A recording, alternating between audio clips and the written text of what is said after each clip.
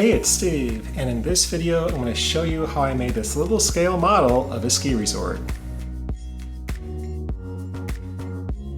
Okay, so this was really more of a proof of concept project. I wanted to try out printing terrain that I got from Google Maps, and so there's an application, and I'll talk about this a little bit later on here, where you can actually take or basically draw a box on Google Maps on their terrain view and export that rectangle of data into a file that you can then work with and then slice and print on a 3D printer. And so I did that for an area of northern New Mexico in the Taos Ski Valley, which is a ski resort that I've been to quite a few times and one of my favorite areas to go skiing. And so I printed this on my Ender 3 3D printer. And so after I did that, I basically went through manually, drew and painted the trail map, added all the trees, which is just ground foam, added little lines for the chairlifts, and just painted everything to look pretty nice, added on some felt on the back.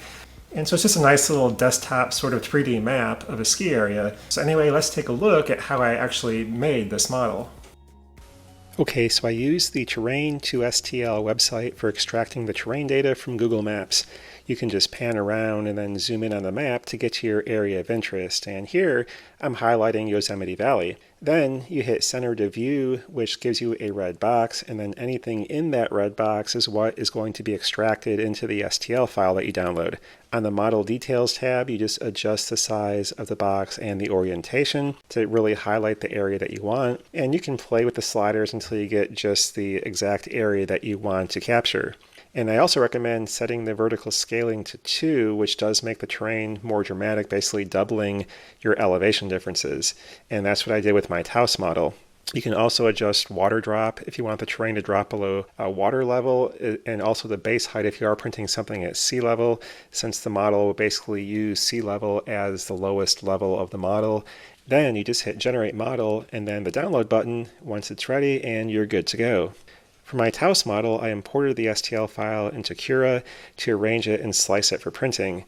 And after you open the file, you will immediately note that the model is actually really tall.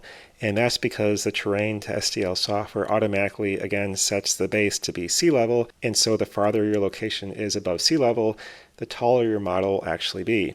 And you probably don't want to print that whole thing, and so you can simply adjust the model so most of it is below the print bed, and then you're not going to be printing that whole big bottom area. And I also scaled up the size so it would be the dimensions I wanted, and then after adjusting it so the lowest elevation again was just above the print bed that I wanted to print, I was able to slice the model. And note that on my printer this was estimated to take roughly 24 hours long to print. And it did indeed take a while to print, but you can see the finished product here. Since I scaled it up, the terrain isn't perhaps as smooth as you would expect, but it is perfectly fine for this use case. After pulling the model off the printer, I sprayed it with a tan spray paint and then used some white paint and a small brush to paint all the ski trails. I referred to the Taos Ski Valley trail map on my computer screen while I was painting and looked for terrain landmarks to kind of guide me in where to put the trails. And I did sketch everything out first before painting to kind of, so I can go back and forth and correct any mistakes. And it was a tedious process, and certainly it didn't end up perfect. And I wanted to be as close as I could get to the actual trail map, but mainly I was wanting to convey the flavor of the ski area and didn't really care if I had a few trails that weren't completely perfect and a little bit off. But overall, I'm pretty happy with how it turned out. But a slightly larger model would have been much easier to work with and to get all the trails painted correctly in the right locations. And I did also paint on the roads, more or less again where they appear to be located on the map. And like with the trail maps, these aren't perfect, and I didn't include all the little side roads since the model wasn't really big enough to do that. And once that was done, it was time to use some ground foam and tacky glue to add the model trees. And this was really just as tedious as painting the trail maps. I had to paint the glue in between all the trails without getting the glue on the trails themselves. So I worked in small sections, getting one section painted with glue and then putting on the ground foam. And I pressed the ground foam in pretty hard and then shook off anything that was loose, and then continued on to painting and gluing ground foam on in the next section. And then eventually I got tired of working on it for this session, so I kind of put it down, let everything dry, and then once it was dry, I took a soft brush and carefully brushed off all the foam that wasn't glued down, and that revealed the trails once again. So I came back a different day and worked on more of the model until I had all of the non-trail areas painted with glue and covered with ground foam. I had to go back and touch up a few areas from the previous work session as well, but once all that was finished, I basically just let the model sit for a few months before I actually came back and worked on it again. And so the next step was then to make some model buildings for the ski village area. And so I cut up some strip wood into a bunch of small pieces of different sizes. Then I put the pieces in a cup and used an alcohol-based weathering mix to color it a dark brown color. And after swishing the wood around for a while, I dumped it onto some cardboard to let it dry, and that didn't take very long because, again, it is an alcohol-based stain.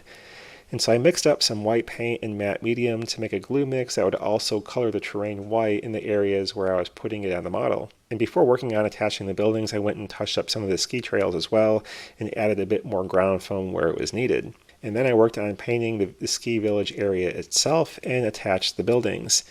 Once all the non-road areas were painted with glue, I referred to the village map on my iPad and placed the buildings in the rough approximation of the village layout. But after a while, I kind of just started placing buildings wherever throughout the ski village area and stopped trying to get them in the exact right place since my roads weren't quite right anyway.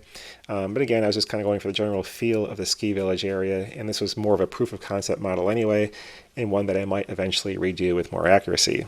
But once all the buildings were in place, I took some white spray paint and lightly sprayed the entire model down with the white paint to give the impression of snow cover on all the trees and to cover all the remaining areas that didn't have any paint on them and still had the original tan paint showing through.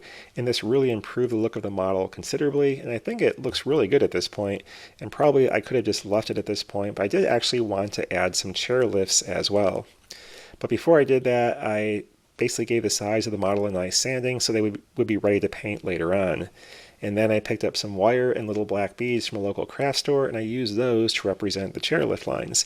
So I referred to the trail map once again, which showed the lift locations on my iPad, and then I cut sections of wire to length and then glued on a little black bead on each end of that wire. And I glued the beads themselves to the model, and I left the wire itself to conform freely to the terrain between the two beads. And this was also a tedious process, but it worked out okay. The black color does stand out really well, so it's easy to see where the chairlifts are, but at the same time it's not very realistic since they wouldn't actually stand out that well in reality. And this process did take a lot longer than I thought it would, but eventually I did finish that up and just had to paint the sides of the model and add the felt to the bottom. I used some regular black craft paint for the sides of the model, and then once that was dry, I cut out a section of stick-on black felt and then stuck the model to it, trying to pull the felt tight as I stuck everything together.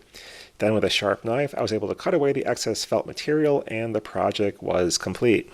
So anyway, again, this was kind of a proof of concept model. I'm going to probably try to do some various other types of 3D printed terrain and make different models or maybe incorporate that into other projects going forward. So, but kind of a fun thing to do. So it's something to try out if you do have any interest in producing a scale model of some area of interest that you have, or maybe you want to have a memory of. And so anyway, hopefully you enjoyed the video, and thanks for watching. Bye.